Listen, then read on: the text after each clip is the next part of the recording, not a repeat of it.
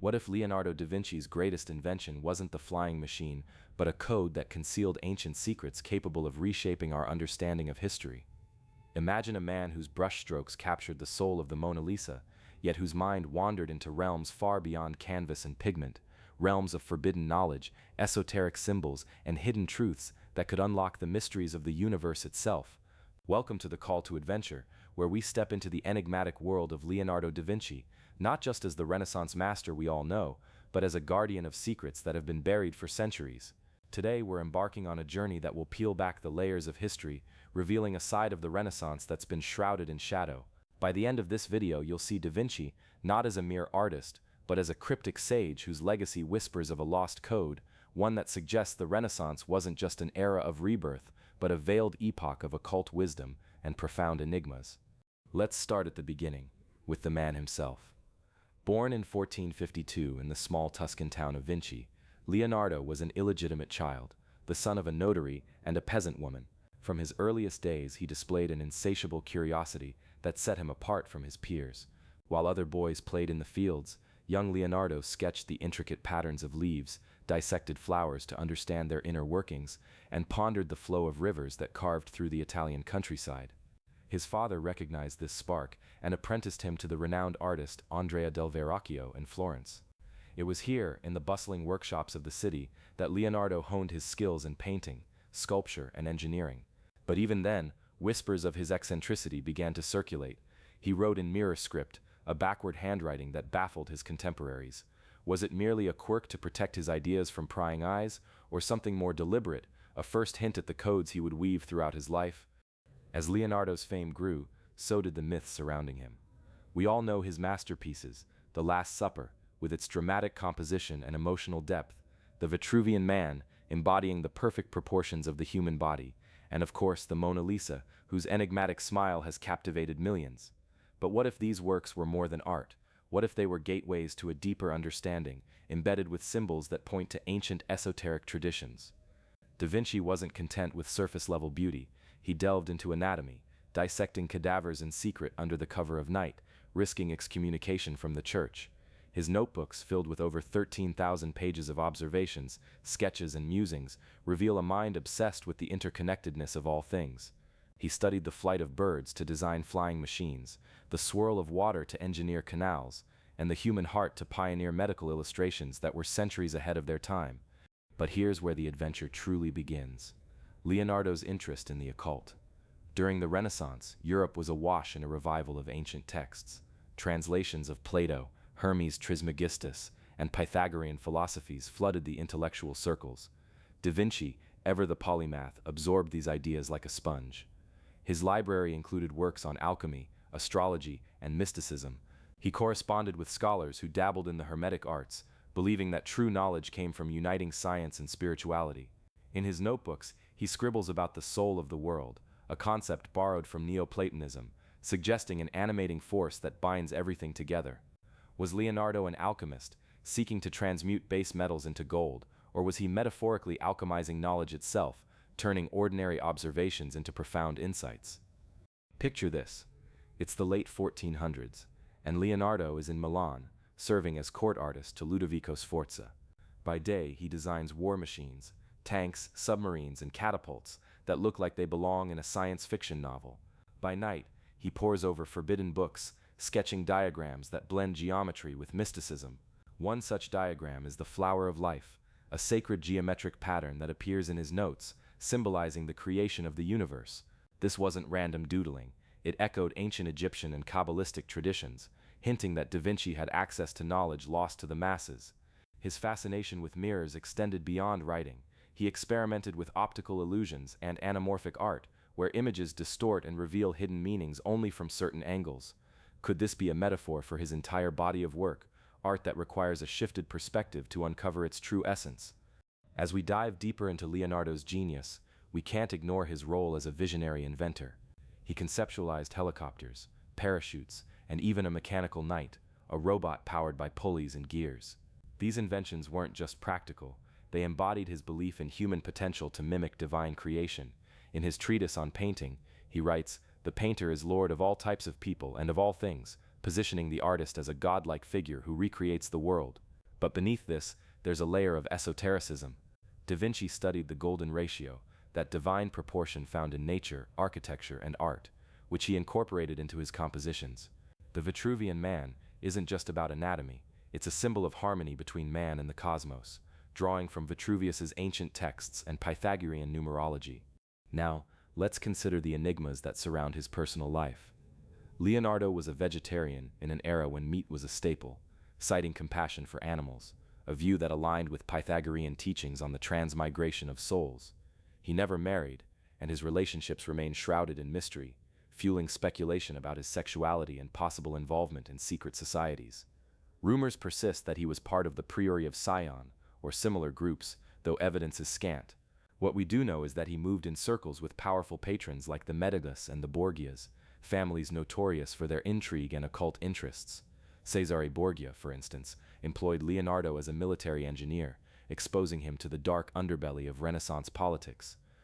But the true call to adventure lies in his notebooks. The Codex Atlanticus, the Codex Leicester, and others scattered across museums worldwide. These aren't orderly tomes. They're chaotic, filled with backward script, unfinished thoughts, and cryptic symbols. Why the secrecy? In an age of inquisition where heresy could lead to burning at the stake, Da Vinci had to protect his ideas. His notes on geology challenged biblical timelines, suggesting the Earth was far older than Scripture claimed. His anatomical studies defied church bans on dissection, and woven throughout are hints of esoteric knowledge, references to the philosopher's stone, astrological charts, and alchemical recipes. One page shows a dissected heart with notes on its spirits, blending science with medieval mysticism. As we wrap up this chapter, think about how Leonardo's enigmatic genius beckons us forward. He's not just a historical figure, he's the hero at the threshold, inviting us to cross into the unknown. We've glimpsed the surface, the artist, the inventor, but beneath lies a code waiting to be cracked. What secrets do his notebooks hold? How do they reveal a hidden side of the Renaissance? Hold that curiosity, because in the next chapter, we'll enter the unknown and begin decoding those very notebooks, uncovering enigmas that suggest Da Vinci was tapping into ancient wisdom far beyond his time. To truly appreciate Leonardo's call to adventure, we must explore the cultural backdrop of the Renaissance. This was a time of tremendous upheaval. The fall of Constantinople in 1453 brought a flood of Greek scholars to Italy, carrying with them lost manuscripts from antiquity. Florence became a hotbed of humanism, where thinkers like Marsilio Ficino translated Plato's works and founded the Platonic Academy under Cosimo de' Medici. Da Vinci, though not formally educated, immersed himself in this environment. He attended lectures, debated with philosophers, and absorbed ideas that blended Christianity with pagan mysticism. Ficino's concept of natural magic, harnessing the forces of nature through sympathy and antipathy, resonates in Leonardo's studies of magnetism and optics. One fascinating anecdote comes from his early years in Verrocchio's workshop. Legend has it that Leonardo painted an angel in Verrocchio's Baptism of Christ so beautifully that the master vowed never to paint again. But look closer, the angel's gaze is otherworldly, its features androgynous, echoing Hermetic ideals of unity between male and female principles. This duality appears throughout Da Vinci's work, symbolizing balance in the universe, a core tenet of esotericism. Moving to his inventions, let's delve into the flying machine. Inspired by birds, Leonardo designed ornithopters with flapping wings. His notes describe the mechanics in detail, but also poetically. The bird is an instrument operating according to mathematical law, he wrote, linking flight to divine mathematics. This wasn't mere engineering, it was an attempt to transcend human limitations, akin to Icarus but grounded in science. Similarly, his submarine designs for Venice's defense against the Turks show a mind thinking in 3 dimensions, anticipating modern warfare. But why hide these encoded notes? Perhaps because they bordered on the heretical, challenging God's domain over the skies and seas. Leonardo's interest in anatomy was groundbreaking. He performed over 30 dissections, mapping the body with unprecedented accuracy. His drawing of the fetus in the womb, for example, shows the child curled in a position that mirrors the Vitruvian Man, suggesting cycles of life and cosmic harmony. But this work was dangerous. The Pope banned human dissection, viewing it as desecration. Da Vinci did it anyway, often at night in hospital morgues, his candlelight casting shadows that must have fueled his imagination for grotesque sketches, like those of monsters and hybrids that blend human and animal forms, echoing alchemical chimeras. His notebooks are a treasure trove of such blends. The Codex Arundel, for instance, contains studies on light and shadow, where he describes light as a spiritual force, illuminating the soul as it does the body. This ties into his painting technique of séph-marteau, the soft blending of colors that creates ethereal effects, as in the Mona Lisa's smile. Is that smile a code? Some theorize it represents the enigma of existence, the veiled knowledge that Da Vinci possessed. Let's talk about his patrons. In Milan, Ludovico Sforza commissioned the Last Supper, but also tasked Leonardo with casting a massive bronze horse, a project that never materialized due to war. During this time, Da Vinci designed stage sets for court spectacles, including mechanical devices that simulated heavenly bodies, blending art with astrology. Sforza himself was interested in occult sciences, consulting astrologers for battle plans. Later in France, under King Francis I, Leonardo spent his final years. The king called him father, and legend says Da Vinci died in Francis's arms. He brought the Mona Lisa to France, where it remains. But what else did he bring? His notebooks, which he bequeathed to his pupil Francesco Melzi. Melzi preserved them, but many pages were lost or scattered, fueling theories of deliberate suppression. Da Vinci's mirror writing isn't just backward, it's a cipher that requires a mirror to read, symbolizing reflection and inversion, key themes in esotericism. Some pages have additional codes, like anagrams or symbolic drawings. For example, a sketch of a bird in flight next to a pyramid might reference Egyptian mysteries, where the pyramid symbolizes ascension. His vegetarianism, as mentioned, was rare. He wrote, "The time will come when men such as I will look upon the murder of animals as they now look upon the murder of men."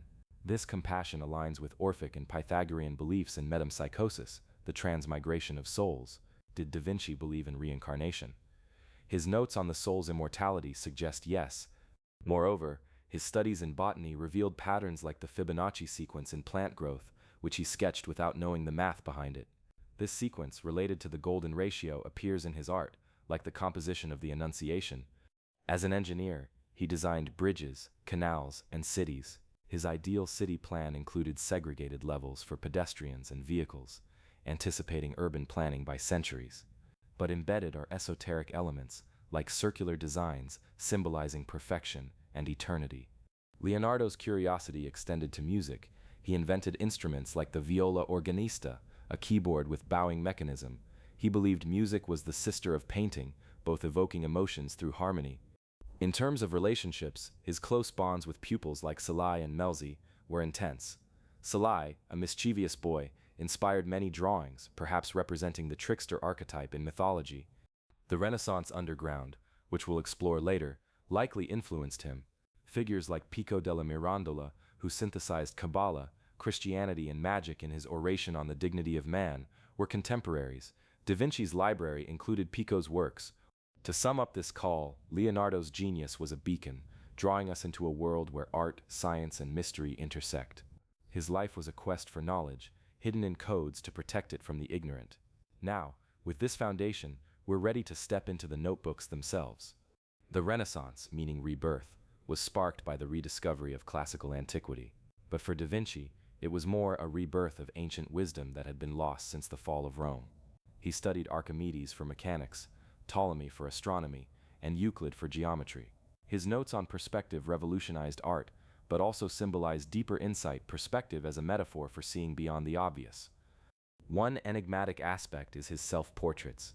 The famous red chalk drawing shows an old man with flowing beard, resembling the archetypal wise sage or Hermes Trismegistus himself. Was Da Vinci identifying with the legendary founder of Hermeticism? His geological observations, like fossil shells on mountains, led him to conclude that the Earth changes over vast times, contradicting Genesis. This proto-evolutionary thinking was dangerous. In optics, he experimented with camera obscura, a device that projects images through a pinhole, which he used for painting but also for philosophical reflection on perception and reality. His war machines, while practical, had a moral dimension. He called war bestial madness, yet designed them, perhaps as a deterrent or to explore human nature's dark side. Leonardo's dreams, recorded in notes, included flying and flooding, symbolizing aspiration and destruction, dualities and alchemy. His influence on later thinkers is immense. Freud analyzed the Mona Lisa, seeing psychological depths. Modern codebreakers study his notes for hidden messages. As we conclude this chapter, the call is clear. Da Vinci's life invites us to question, to seek the hidden. The adventure awaits in the pages of his notebooks. We've crossed the threshold, leaving behind the familiar image of Leonardo as merely a painter and inventor. Now we enter the unknown, the shadowy realm of his notebooks, where the true code begins to unfold. Imagine holding in your hands a bundle of yellowed pages, scribbled in backward script, filled with sketches that leap from anatomy to astronomy, from war machines to whispers of the divine. These aren't just notes, they're portals to a mind that saw the world as a vast, interconnected puzzle. What if decoding them reveals not just scientific insights, but a hidden esoteric wisdom that Da Vinci guarded like a secret flame during the Renaissance? Buckle up, because as we decipher these codices, we'll uncover layers of meaning in his masterpieces that suggest he was embedding ancient mysteries right under the church's nose. Let's start with the notebooks themselves. Leonardo left behind over 7,000 pages, scattered across museums in Paris, London, Madrid, and beyond. They're not organized tomes like you'd expect from a scholar. They're chaotic, almost alive, with ideas spilling across the margins. He wrote in mirror script, his left hand flowing from right to left, a technique that baffled his contemporaries and still intrigues us today. Why? Some say it was to hide his thoughts from prying eyes in an era when the Inquisition burned heretics for lesser offenses. Others think it was simply natural for a left-handed genius who taught himself everything. But dive deeper, and it feels like a deliberate code, a reflection of his belief in duality, where the visible world mirrors an invisible one. Take the Codex Atlanticus, the largest collection, housed in Milan's Ambrosiana library. Compiled after his death, it spans 12 volumes and over 1,000 pages. Here Leonardo sketches flying machines inspired by bird wings, but interspersed are geometric patterns, like the flower of life, a sacred symbol from ancient Egypt and Kabbalah, representing the interconnectedness of all creation. He didn't just draw it, he explored its proportions, linking it to the golden ratio, that divine spiral found in seashells, galaxies, and human anatomy. Was this mere math, or was Da Vinci tapping into Hermetic traditions revived during the Renaissance? Hermes Trismegistus, the mythical sage whose texts flooded Florence after the fall of Constantinople, taught that as above, so below, a principle Leonardo echoes in his notes on the macrocosm and microcosm. Now, picture the Codex Leicester, owned by Bill Gates and valued at over $30 million. It's a 72-page treatise on water, earth, and celestial bodies. Leonardo describes fossils on mountaintops as evidence of ancient seas, challenging the biblical flood narrative centuries before geology became a science. But woven in are esoteric hints. He muses on the soul of the world, a Neoplatonic idea of a vital force animating everything. During the Renaissance, intellectuals like Marsilio Ficino translated Plato and Hermes, blending pagan mysticism with Christianity. Da Vinci, absorbing this in Florence's Platonic Academy, saw nature as a living entity. In one passage, he compares water's flow to blood in veins, suggesting a universal rhythm, a code for the alchemical great work of unifying matter and spirit. Alchemy. Yes, Leonardo flirted with it, though he criticized charlatans who promised gold from lead. His library included alchemical texts, and his experiments with pigments like the unstable ones that doomed the Last Supper, smack of the alchemist's lab. In the notebooks, he sketches distillation apparatus and notes on transmutation, but metaphorically, turning observation into knowledge, ignorance into enlightenment. This wasn't fringe. The Renaissance underground buzzed with such ideas. Patrons like the Medicus collected occult manuscripts, and scholars like Pico della Mirandola synthesized Kabbalah with Christian theology. Da Vinci's mirror writing might have been a nod to Hebrew, read right to left, or a way to encode forbidden knowledge. But the real thrill comes when we apply this decoding to his masterpieces. Let's zoom in on the Vitruvian Man, that iconic drawing of a nude figure in a circle and square. On the surface, it's about human proportions, inspired by ancient architect Vitruvius. But crack the code. The square represents the material world, the circle the spiritual. Leonardo positions the man as a bridge between them, his navel at the center echoing Pythagorean numerology and the golden ratio. This isn't just anatomy, it's a manifesto of Renaissance humanism, where man is the measure of all things, but with a hidden layer. The figure forms a pentagram, symbol of the divine feminine in Venus's orbit, suppressed by the church. Shift to the Mona Lisa, her smile haunting the Louvre. Scholars have pored over her for centuries, but recent multispectral scans reveal underdrawings and pentimenti changes Leonardo made. Her landscape background? It's no generic vista. Aerial perspectives match specific Italian locales, like the Arno River Valley, but distorted as if viewed from above, hinting at his cartographic experiments. And that smile? Some theorize it's an anamorphic illusion, shifting with angle, symbolizing the enigma of existence. Esoteric interpreters see her as the sacred feminine, Isis or Mary Magdalene, veiled in a painting commissioned by a merchant but never delivered. Da Vinci kept her till death, perhaps because she encoded deeper truths. Don't stop there. The Last Supper, frescoed in Milan's Santa Maria delle Grazie, is a masterclass in hidden meanings. The composition uses the golden ratio to guide the eye, but look closer. The apostles' gestures form astrological signs, and Judas clutches a bag of silver while spilling salt, alchemical symbols of betrayal and purification. Theories abound that John, to Jesus' right, is actually Mary Magdalene. Her feminine features a code for the divine union suppressed by the Church. Dan Brown's Da Vinci Code popularized this, but roots trace to Renaissance whispers of the Priory of Sion, alleged secret society guarding such knowledge. While fictional, it draws from real esoteric currents Da Vinci swam in. Then there's the Virgin of the Rocks, two versions existing, one in the Louvre, one in London's National Gallery. Why two? Contract disputes, but the differences scream code. The Louvre version has ethereal light and symbolic plants, palm for victory, iris for the Virgin, but the London one adds halos and a cross, perhaps to appease the Church. Underground, the cave setting evokes Plato's allegory, shadows versus reality, and Hermetic initiation rites.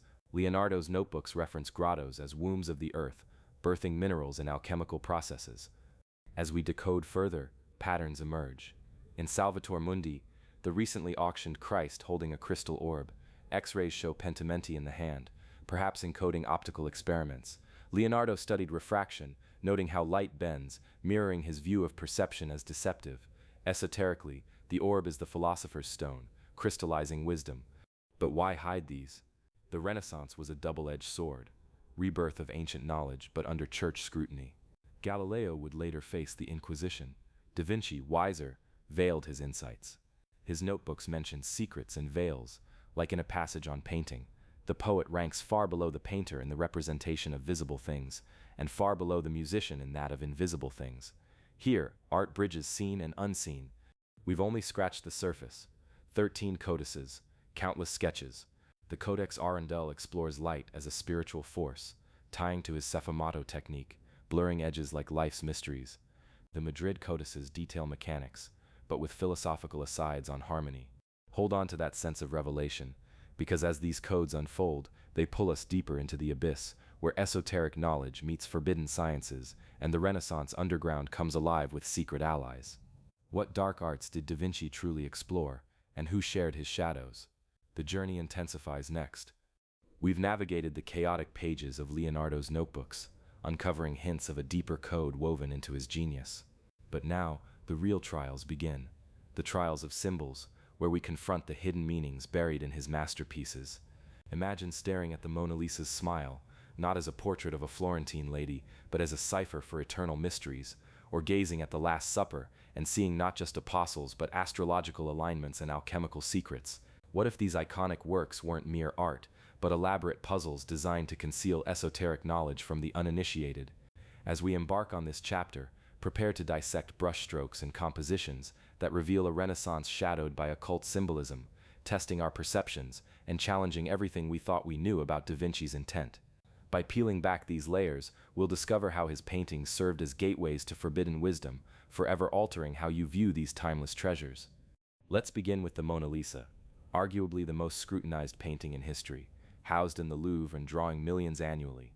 Painted between 1503 and 1519, it's officially a portrait of Lisa Gherardini, wife of silk merchant Francesco del Giocondo, hence La Gioconda. But Da Vinci kept it unfinished for years, carrying it everywhere until his death in France. Why? Surface level, her enigmatic smile, achieved through sfumato, that hazy blending of colors creating depth and ambiguity. But decode the symbols. Her hands, folded serenely, form a pyramid shape, echoing Egyptian motifs of ascension and mystery. The background landscape, uneven horizons, left side higher than right, suggesting duality, perhaps male and female principles in alchemy. Some scholars point to the winding paths and bridges as metaphors for the soul's journey, drawn from Hermetic texts like the Emerald Tablet, which Da Vinci likely studied. Zoom in further, infrared reflectography reveals underdrawings, Leonardo altered her pose multiple times, adding veils and adjustments that hint at sacred geometry. The composition adheres to the golden ratio, a spiral guiding the eye from her face to the landscape, symbolizing harmony in nature, a Pythagorean concept revived in the Renaissance. Esoterically, Mona Lisa embodies the anima mundi, the world's soul, her smile a veil over profound truths. Theories suggest she's a self-portrait in feminine form, blending genders as in alchemical ribis, the divine hermaphrodite, or perhaps she's Isis, the Egyptian goddess of magic, veiled as a Christian subject to evade censorship. Dan Brown's novel popularized the idea, but roots trace to 19th century occultists like Eliphas Levi, who saw Da Vinci as an initiate. Shift to The Last Supper, frescoed in 1498 for Milan's convent of Santa Maria delle Grazie. Commissioned by Ludovico Sforza, it depicts Christ's announcement of betrayal, compositionally brilliant, 13 figures in groups of 3, converging on Jesus via perspective lines. But symbols abound. The table forms a barrier, apostles gesturing wildly, Peter holds a knife, foreshadowing his denial, Judas clutches silver and spills salt, alchemical emblems of corruption and purification. Astrologically, the groups align with zodiac signs, Jesus as the sun, apostles as constellations. Leonardo, influenced by Ficino's astral magic, might have encoded the Eucharist as a solar rite. Controversially, the figure to Christ's right, traditionally John, appears feminine, with flowing hair and soft features. Is it Mary Magdalene, symbolizing sacred marriage suppressed by the Church? The V shape between them suggests a chalice, the Holy Grail as feminine wisdom.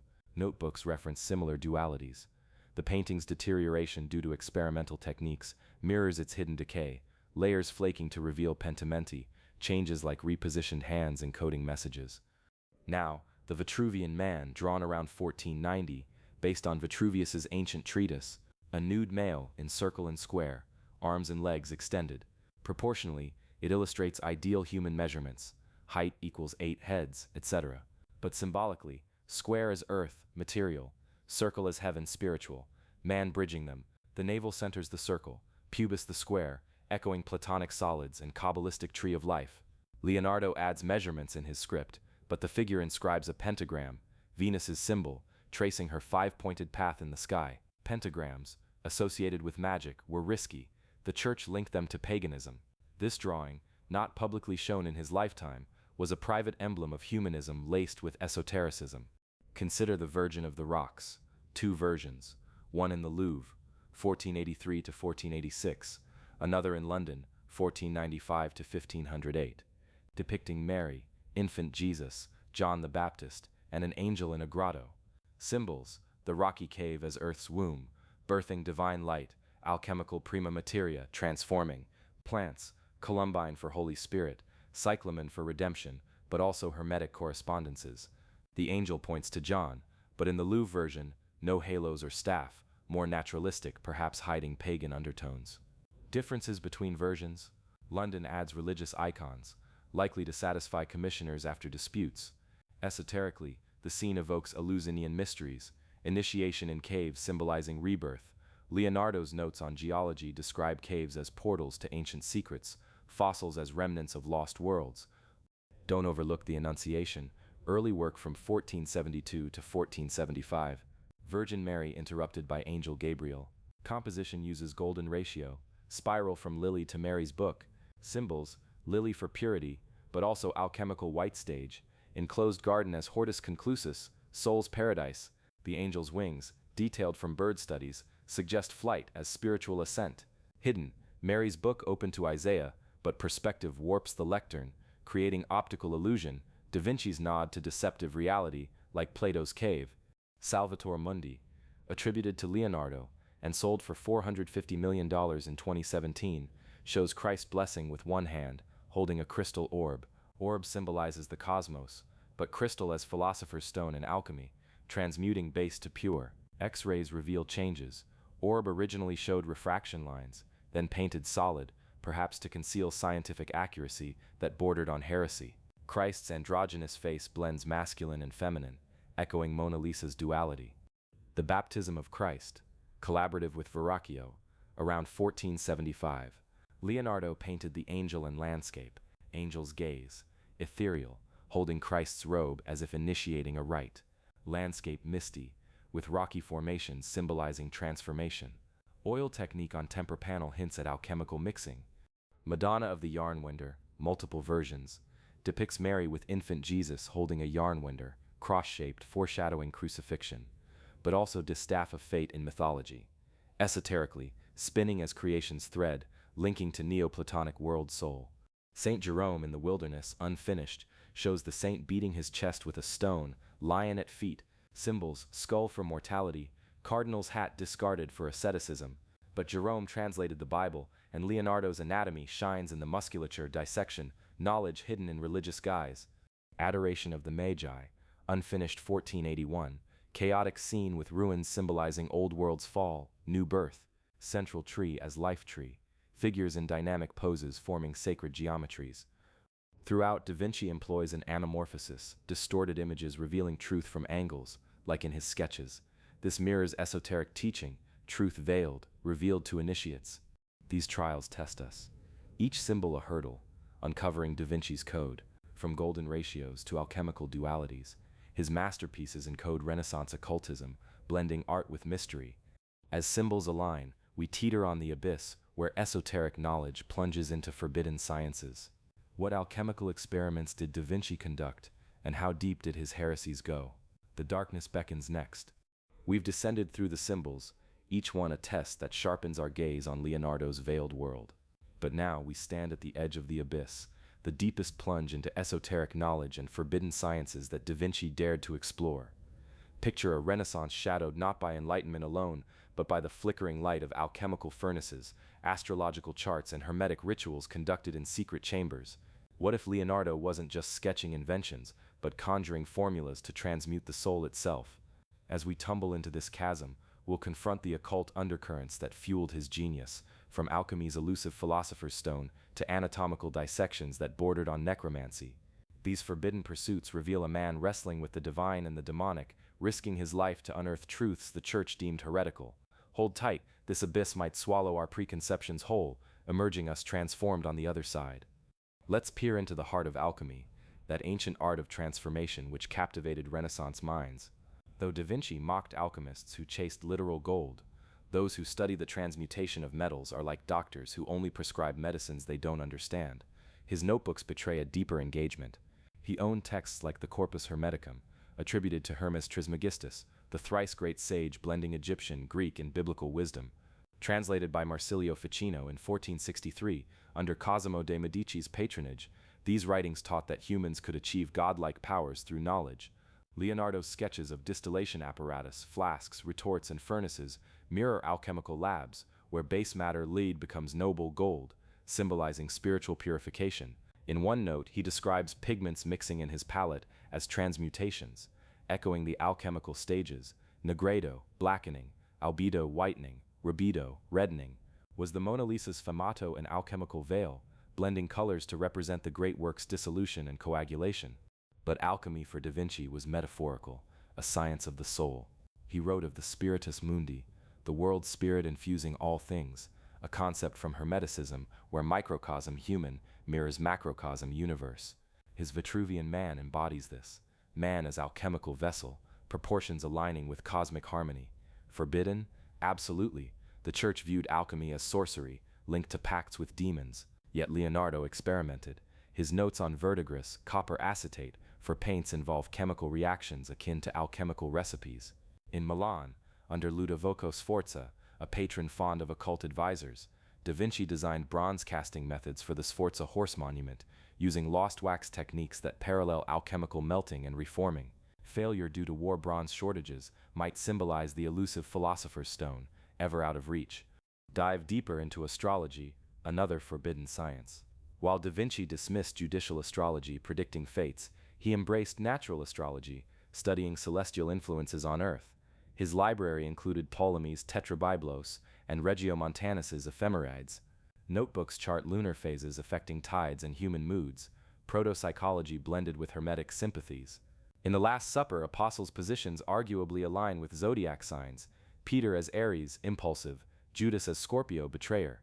Commissioned during a time when popes like Sixtus IV consulted astrologers, yet the church condemned it as pagan, Leonardo's aerial maps and bird flight studies tie to astral projection metaphors in Hermetic texts, where flight symbolizes soul ascension. One cryptic note, the sun does not move, hinting at heliocentrism before Copernicus, but veiled to avoid heresy charges like those Giordano Bruno faced. Now the macabre realm of anatomy, Da Vinci's most daring forbidden pursuit. Between 1487 and 1513, he dissected over 30 cadavers, often illicitly in hospital morgues or graveyards, under papal bans viewing dissection as soul desecration. His drawings over 750 sheets map muscles, bones, hearts with surgical precision, centuries ahead, but esoterically, he sought the seat of the soul, dissecting brains for the sensus communis, where senses converge, a Neoplatonic idea from Ficino. In one sketch, the optic nerve links eye to brain, symbolizing light as divine knowledge. Forbidden elements, rumors of vivisection, dissecting living criminals per Vasari, aligning with necromantic quests for life secrets. His fetus drawings, curled in uterine worlds, echo Hermetic rebirth cycles. Risks were real, excommunication loomed, as for Andreas Vesalius later. Leonardo hid these in coded notes, mirror script adding protection. Geology and paleontology formed another abyss. Observing Arno River strata, he noted marine fossils on mountains, concluding Earth changes over eons, not the biblical 6,000 years. The summits of mountains were once islands, he wrote, anticipating plate tectonics. Esoterically, this tied to Hermetic great chain of being, eternal cycles of creation-destruction. Church doctrine saw fossils as flood remnants. Da Vinci's views bordered heresy, like his flood drawings depicting apocalyptic deluges as natural forces, not divine wrath. Optics and mirrors plunged him into illusion's abyss. Experimenting with camera obscura, a dark room projecting inverted images, he explored perception's deceptiveness, mirroring Platonic shadows. Mirrors in his art, anamorphic skulls in sketches, symbolize self-reflection and inversion. Hermetic solve et coagula, dissolve and coagulate. One device, a polyhedral mirror chamber creating infinite reflections, evoking Kabbalistic infinities, forbidden mirrors linked to scrying and magic, condemned as diabolical. Mathematics veiled esotericism, obsessed with squaring the circle. Impossible, per Lindemann later, he saw it as metaphor for uniting earthly square and heavenly circle. Golden ratio in compositions, phi approximately 1.618, derives from Fibonacci, symbolizing growth's divine proportion. Pythagorean influences, numbers as essences, triangles as sacred. Notebooks encode geometric proofs with mystical overtones, like the Lunla puzzle tying to lunar symbolism. Botany and biology harbored secrets. Dissecting plants, he noted helical patterns, linking to universal spirals. Vegetarianism stemmed from soul transmigration. Pythagorean metempsychosis, viewing animals as kin. Forbidden texts like Lucretius's atomism influenced his matter theories, clashing with creationism. Engineering bordered magic, flying machines as Icarus Redux, but grounded in bird anatomy. Submarines evoking underwater realms of myth. War machines, tanks, scythed chariots designed with reluctance, perhaps as alchemical destruction for creation. Personal esoterica, dreams recorded of flying and monsters, analyzed Freudian style later, but contemporarily as prophetic visions. Library, over 140 books, including occult gems like Alberto Magno's De Mineralibus. Renaissance context amplified the abyss. Humanism revived ancients, but occultism flourished in courts. Borgias poisoned with alchemical toxins. Medicis sponsored Ficino's academy. Da Vinci moved in these circles, absorbing without joining sects like Rosicrucians, later myths. The abyss is nadir. Rumors of black magic. Vasari claims Leonardo bought caged birds to free them. Compassionate act or ritual. Mirror writing as cipher, perhaps hiding invocations. Emerging, we grasp Da Vinci's balance, science and spirit intertwined, forbidden pursuits fueling innovation. Yet shadows linger. Who were his allies in this darkness? As the abyss recedes, allies emerge from shadows, the Renaissance underground of secret societies and collaborators, who whispered Hermetic secrets to Leonardo, and what networks shielded his codes. The light beckons next. We've clawed our way out of the abyss, armed with revelations of Leonardo's forbidden dives into alchemy, anatomy, and the stars. But no hero journeys alone. Enter the allies in the shadows, the clandestine network of Renaissance thinkers, patrons and secret societies that formed the underground backbone of Da Vinci's world. Imagine a web of whispered conversations in dimly lit Florentine libraries, coded letters exchanged under the noses of inquisitors, and gatherings where ancient manuscripts were pored over like sacred relics. What if Leonardo wasn't a lone genius, but part of a hidden brotherhood guarding esoteric knowledge from the flames of orthodoxy? As we illuminate these shadowy figures and factions, we'll uncover how they shielded, inspired, and amplified Da Vinci's codes, painting the Renaissance not as a golden age of art, but as a covert revolution where occult wisdom thrived in the dark. These allies weren't mere supporters. They were co-conspirators in a quest to rebirth lost truths, and their stories will connect the dots of Leonardo's enigmas like never before. Let's shine a light on the Medicis, the powerhouse family of Florence who weren't just bankers and rulers, but patrons of the occult Renaissance. Cosimo de' Medici, the Elder, founded the Platonic Academy in 1462, inviting scholars like Marsilio Ficino to translate and interpret ancient texts. Ficino, a priest and philosopher, blended Platonism with Christianity, Hermeticism, and magic in works like De Vita, which discussed harnessing stellar influences for health, natural magic that skirted heresy. Leonardo, arriving in Florence as a young apprentice, absorbed this atmosphere. Though not formally a member, his library included Ficino's translations of Hermes Trismegistus, whose as above so below maxim echoes in Da Vinci's macrocosm-microcosm studies. Cosimo's grandson Lorenzo the Magnificent expanded the academy, hosting Pico della Mirandola, whose oration on the dignity of man proclaimed humans as magi capable of ascending to divinity. Pico synthesized Kabbalah, Chaldean oracles, and Zoroastrianism, defending 900 theses in Rome, only to be condemned as heretical. Leonardo's golden ratio obsessions and symbolic art align with Pico's numerology. Rumors suggest they crossed paths in Florence's intellectual salons, where Da Vinci sketched while debates raged on soul immortality and angelic hierarchies. But the Medicis' shadow extended to protection. When the church cracked down on pagan revivals, especially after Savonarola's bonfires of the vanities in 1497, burning books and art, the family safeguarded manuscripts in their libraries. Leonardo, fleeing Florence amid political turmoil, carried this influence to Milan. There, Ludovico Sforza, in Morbo, became his patron and ally. Sforza, a duke with occult leanings, consulted astrologers like Ambrogio Varese for battle timings and court decisions. His library brimmed with alchemical tomes, and he commissioned Da Vinci not just for the Last Supper, but for theatrical spectacles with mechanical heavens, planetary models blending astronomy and astrology. Sforza's court hosted figures like Luca Pacioli, the mathematician who collaborated with Leonardo on De Divina Proportione, a treatise on sacred geometry published in 1509. Pacioli, a Franciscan friar, infused math with mysticism, describing the golden ratio as divine. Their partnership, Pacioli providing theorems, Da Vinci illustrating polyhedra, produced works encoding Platonic solids as symbols of cosmic order. Was this mere collaboration or a covert exchange? Pacioli's ties to Venetian printers spread Hermetic ideas underground, evading censorship. Deeper in the shadows lurked secret societies, whispered networks that may have enfolded Leonardo. The Prieuré Raisodon, though largely mythical and popularized later, draws from real Renaissance fraternities like the Fedeli d'Amore, a poetic brotherhood, using love metaphors to veil esoteric doctrines. Dante Alighieri, a precursor, encoded Kabbalah in his Divine Comedy. Leonardo, an admirer, mirrored this in symbolic art. More concretely, the Rosicrucians emerging publicly in the early 1600s, but rooted in 1500s occultism, claimed Da Vinci as an antecedent. Manifestos like the Fama Fraternitatis described invisible colleges of wise men guarding ancient wisdom, echoing Renaissance academies. Evidence?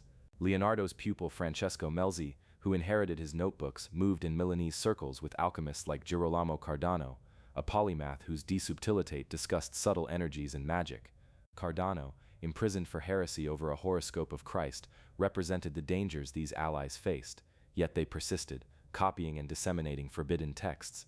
Crossed to Rome and the Vatican, paradoxically a hotbed of occult allies despite its orthodoxy.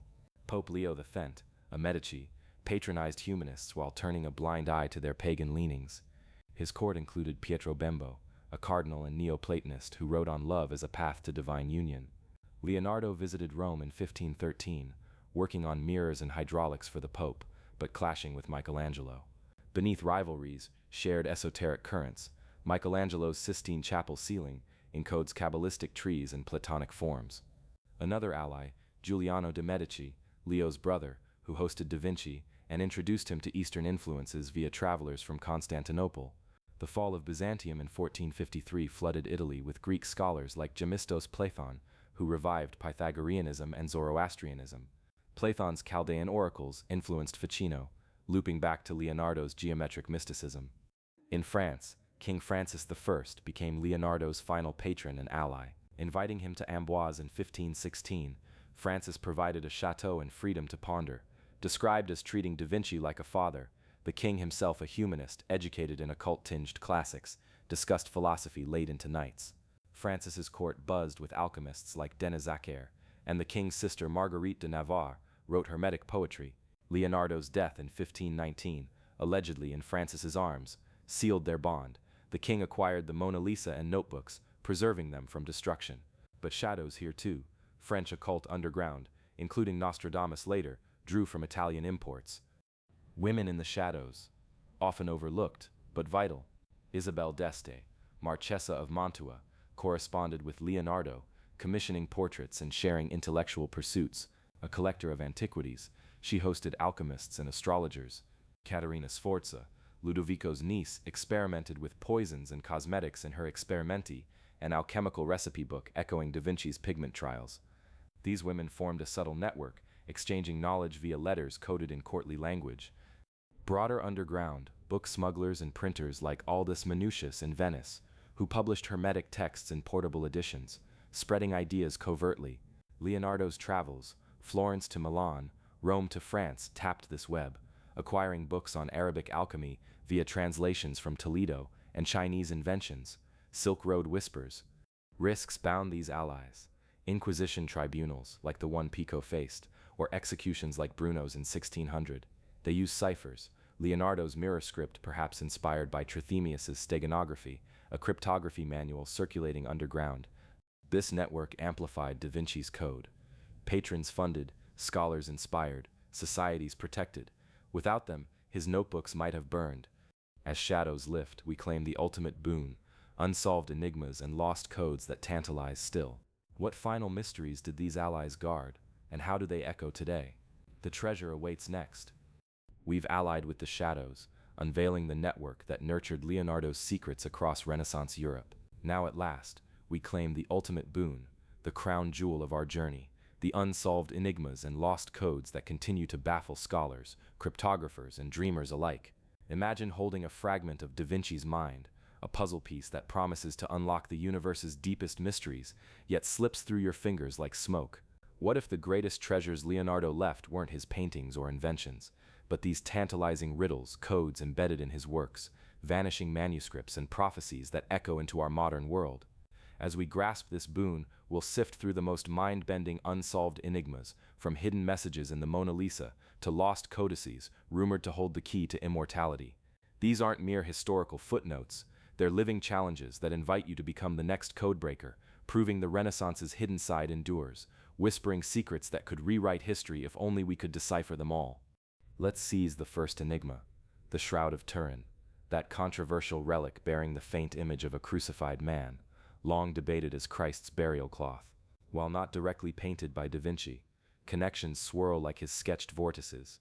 In 1502, Leonardo was in Turin, and theories bolstered by books like The Second Messiah suggest he forged it using camera obscura projection and chemical treatments, creating a photographic negative centuries before photography. His notebooks detail light-sensitive substances, like silver salts akin to early photo processes. The shroud's proportions match the Vitruvian man's ideal body, and pollen traces linked to Jerusalem flora Da Vinci might have studied via Medici imports. Unsolved carbon dating places it medieval, but contamination theories persist. Esoterically, it's an alchemical fixed image, symbolizing resurrection, the philosopher's stone manifesting eternal life. Code hunters scan for micro-inscriptions. One claim, faint Hebrew letters spelling the Lamb, echoing Kabbalistic codes. Leonardo's involvement, a lost boon, as no direct note exists, but his optical experiments scream possibility. Shift to the Voynich manuscript, that impenetrable book of herbal drawings, astronomical charts, and unknown script, carbon dated to the early 1500s, Da Vinci's era, owned later by Emperor Rudolph II, who collected occult tomes but origins traced to Italian circles. Leonardo's hand? His botanical sketches mirror the manuscript's plants, fantastical hybrids, blending real and imagined, like his chimeric drawings. The script resembles his mirror writing, but ciphered further, perhaps a synthetic language encoding alchemical recipes or hermetic wisdom. Unsolved attempts. AI analyses suggest it's not gibberish, with patterns akin to natural languages, yet no decryption sticks. Esoteric angle. Pages depict nude women in baths, evoking Renaissance spa rituals or Eleusinian mysteries. If Da Vinci contributed, as speculated by Wilfred Voynich himself, the boon is a lost code for universal knowledge, his encyclopedia of the unknown scattered post-death. Now, the Mona Lisa's hidden codes, a boon that keeps giving. Beyond her smile, laser scans reveal overlaid images, a lion, ape, and buffalo beneath the surface, per French engineer Pascal Cott's multispectral imaging. These animals symbolize strength, mimicry, and earth. Alchemical elements? The background's rivers form a Chinese character for heart, hinting at Eastern influences via Marco Polo's texts in Da Vinci's library. Another enigma, her identity, Lisa Gherardini, or Isabella d'Aragona, or a self-portrait. DNA tests on bones thought hers were inconclusive. Esoterically, anagram her name, Amon Lisa, Amon Egyptian god, and Isis goddess, veiling pagan divinity. Lost code, the painting's theft in 1911 exposed underlayers, but wartime evacuations hid more. Modern boon, QR-like patterns in her eyes, claim to hold numbers and letters, LV for Leonardo da Vinci. The Last Supper harbors boons of betrayal and prophecy. Infrared reveals a hidden knife in Peter's hand, aimed ambiguously, and a spilled salt cellar as alchemical omen. Unsolved. The music code. Align apostles' hands and bread with musical staff notes form a hymn, per Italian musician Giovanni Maria Palla, Gregorian chant, or Hermetic incantation. Another, the eclipse in the window, tying to 1490's astronomical events Da Vinci charted. Esoteric boon. Templar theories link it to Grail legends, with Magdalene as central figure. Lost pages from notebooks describe a secret supper, perhaps a coded ritual. Vitruvian Man's enigma. Why two versions? One in Venice, but sketches suggest a female counterpart, symbolizing androgyne unity suppressed for heresy. Proportions encode phi, but overlaid on Florence's map, limbs point to ley lines, ancient energy paths. Unsolved, a faint grid beneath, perhaps a cipher wheel for encrypting messages, akin to Alberti's disk Da Vinci improved. Lost codex form the ultimate lost boon. Of 13,000 pages, thousands vanished, sold, stolen, or destroyed. The Codex Huygens, attributed to a pupil, copies Leonardo's but adds occult diagrams. Rumors, a Codex Esotericus, hidden by Melzi, containing immortality formulas from alchemical elixirs. In 1967, 2 Madrid codices surfaced, detailing mechanics but with mystical asides. Unsolved. Where's the full anatomy treatise? Fragments show soul maps, but the boon, complete human blueprint, eludes. Prophetic enigmas. Da Vinci's prophecies, riddles in notebooks like men will walk without moving, cars, speak to men who hear not, phones. Esoteric, apocalyptic visions of floods and wars, echoing hermetic end times. Unsolved, encoded dates like 21st century floods matching his sketches. The Sforza horse boon, planned colossal bronze, but bronze diverted to cannons. Models suggest hidden compartments for relics. Esoteric time capsule, lost wax casts hint at alchemical transmutation. Personal enigmas, Leonardo's death mask, disputed authenticity, bears serene smile, Mona echo. Fingerprints on paintings match notebook smudges, but one anomaly. A print on lady with an ermine suggests collaborator or forgery. Modern boons, DNA from hair strands in 2019 linked to living descendants, but esoteric test mitochondrial for Magdalene line. AI deciphers mirror script, revealing phrases like seek the stone within. These enigmas aren't endpoints, they're invitations. The boon, empowerment to question, decode, discover. With boon in hand, we return home, transformed, carrying the elixir of the hidden Renaissance's legacy. How does this code live today, reshaping our world? The final revelation unfolds next. We've allied with the shadows, unveiling the network that nurtured Leonardo's secrets across Renaissance Europe. Now at last we claim the ultimate boon, the crown jewel of our journey, the unsolved enigmas and lost codes that continue to baffle scholars, cryptographers, and dreamers alike. Imagine holding a fragment of Da Vinci's mind, a puzzle piece that promises to unlock the universe's deepest mysteries, yet slips through your fingers like smoke. What if the greatest treasures Leonardo left weren't his paintings or inventions, but these tantalizing riddles, codes embedded in his works, vanishing manuscripts and prophecies that echo into our modern world. As we grasp this boon, we'll sift through the most mind-bending unsolved enigmas, from hidden messages in the Mona Lisa to lost codices rumored to hold the key to immortality. These aren't mere historical footnotes, they're living challenges that invite you to become the next codebreaker, proving the Renaissance's hidden side endures, whispering secrets that could rewrite history if only we could decipher them all. Let's seize the first enigma, the Shroud of Turin, that controversial relic bearing the faint image of a crucified man, long debated as Christ's burial cloth. While not directly painted by Da Vinci, connections swirl like his sketched vortices. In 1502, Leonardo was in Turin, and theories bolstered by books like The Second Messiah suggest he forged it using camera obscura projection and chemical treatments, creating a photographic negative centuries before photography. His notebooks detail light-sensitive substances like silver salts, akin to early photo processes. The shroud's proportions match the Vitruvian man's ideal body, and pollen traces linked to Jerusalem flora. Da Vinci might have studied via Medici imports. Unsolved, carbon dating places it medieval, but contamination theories persist. Esoterically, it's an alchemical fixed image symbolizing resurrection, the philosopher's stone manifesting eternal life. Code hunters scan for micro-inscriptions, one claim, faint Hebrew letters spelling the Lamb, echoing Kabbalistic codes. Leonardo's involvement? A lost boon, as no direct node exists, but his optical experiments scream possibility. Shift to the Voynich manuscript, that impenetrable book of herbal drawings, astronomical charts, and unknown script, carbon dated to the early 1500s, Da Vinci's era, owned later by Emperor Rudolph II, who collected occult tomes, but origins traced to Italian circles. Leonardo's hand? His botanical sketches mirror the manuscript's plants, fantastical hybrids, blending real and imagined, like his chimeric drawings. The script resembles his mirror writing, but ciphered further, perhaps a synthetic language encoding alchemical recipes or hermetic wisdom. Unsolved attempts. AI analyses suggest it's not gibberish, with patterns akin to natural languages, yet no decryption sticks. Esoteric angle. Pages depict nude women in baths, evoking Renaissance spa rituals or Eleusinian mysteries. If Da Vinci contributed as speculated by Wilfred Voynich himself, the boon is a lost code for universal knowledge, his encyclopedia of the unknown scattered post-death. Now the Mona Lisa's hidden codes, a boon that keeps giving. Beyond her smile, laser scans reveal overlaid images. A lion, ape, and buffalo beneath the surface, per French engineer Pascal Cott's multispectral imaging. These animals symbolize strength, mimicry, and earth, alchemical elements. The background's rivers form a Chinese character for heart, hinting at Eastern influences via Marco Polo's texts in Da Vinci's library. Another enigma, her identity.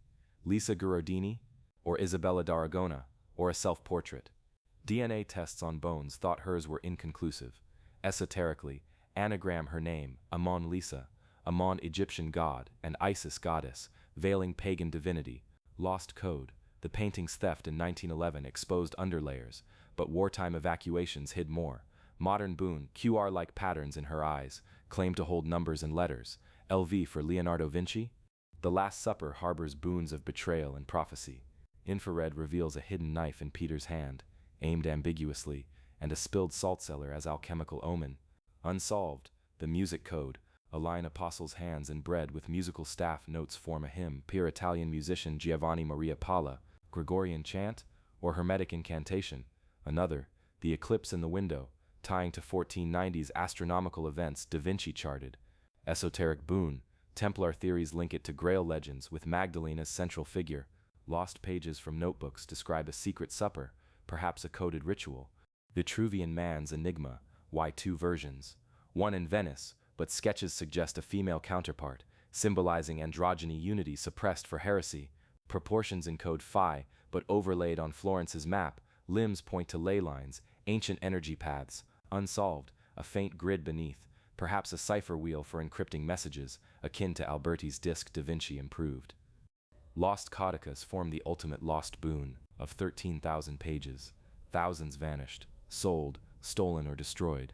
The Codex Huygens, attributed to a pupil, copies Leonardo's but adds occult diagrams. Rumors, a Codex Esotericus hidden by Melzi, containing immortality formulas from alchemical elixirs. In 1967, 2 Madrid codices surfaced, detailing mechanics but with mystical asides. Unsolved. Where's the full anatomy treatise? Fragments show soul maps, but the boon complete human blueprint eludes. Prophetic enigmas. Da Vinci's prophecies, riddles in notebooks like men will walk without moving. Cars speak to men who hear not. Phones, esoteric, apocalyptic visions of floods and wars, echoing hermetic end times. Unsolved. Encoded dates, like 21st century floods matching his sketches. The Sforza horse boon, planned colossal bronze, but bronze diverted to cannons. Models suggest hidden compartments for relics. Esoteric time capsule. Lost wax casts hint at alchemical transmutation. Personal enigmas. Leonardo's death mask, disputed authenticity, bears serene smile. Mona Echo. Fingerprints on paintings match notebook smudges, but one anomaly, a print on lady with an ermine, suggests collaborator or forgery. Modern boons DNA from hair strands in 2019 linked to living descendants, but esoteric test mitochondrial for Magdalene line. AI deciphers mirror script revealing phrases like seek the stone within. These enigmas aren't endpoints, they're invitations.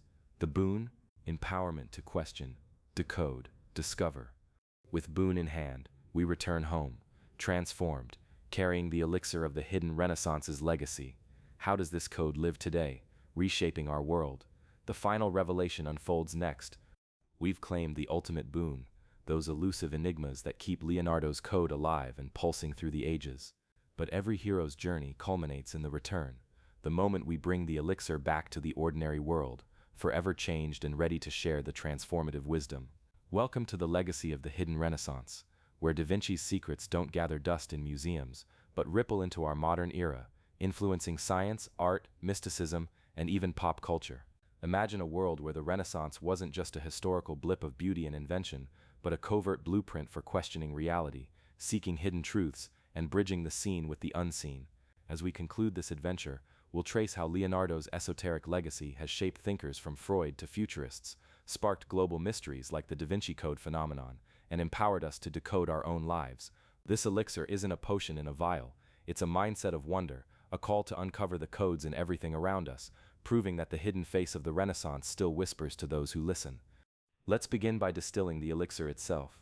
Leonardo's profound integration of art, science, and esotericism, veiled in codes to survive censorship, yet potent enough to inspire centuries later.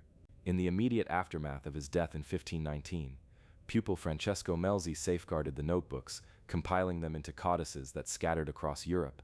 Some landed in the Vatican, others in royal collections, but many pages vanished, fueling legends of suppressed knowledge. By the 1600s, as the scientific revolution dawned, figures like Galileo and Newton drew from Da Vinci's legacy. Newton, an alchemist himself, owned hermetic texts echoing Leonardo's. His gravity laws mirror the interconnectedness Da Vinci sketched in water vortices and cosmic analogies. The elixir flowed. Enlightenment thinkers like Voltaire praised Da Vinci as a universal man, but underground, occultists like the Rosicrucians claimed him as a spiritual ancestor, their manifestos blending science with mysticism in his image. Fast forward to the 19th century, where the Romantic era romanticized the Renaissance's shadows. Scholars like Walter Pater, in his The Renaissance Essays, portrayed Leonardo as an enigmatic dreamer, his Mona Lisa embodying the animalism of Greece, the lust of Rome, the mysticism of the Middle Ages. This era saw the first serious decodings. Art historians analyzed the golden ratio in his works, linking it to Pythagorean secrets revived by Ficino. Esoteric societies boomed. The Theosophical Society, founded by Helena Blavatsky in 1875, wove Da Vinci into narratives of ancient wisdom keepers, his Vitruvian Man as a symbol of ascended humanity. Freud, in his 1910 Leonardo da Vinci and a Memory of His Childhood, psychoanalyzed the master, interpreting vulture dreams as repressed sexuality tied to Egyptian goddess Mut, blending psychology with hermetic symbolism. The elixir transformed. Da Vinci became a psychological archetype, his codes unlocking the subconscious. The 20th century amplified this legacy amid wars and technological leaps. Surrealists like Salvador Dalí revered Leonardo as a precursor, his anamorphic sketches inspiring dreamscapes that blurred reality. Esoteric veils turned artistic.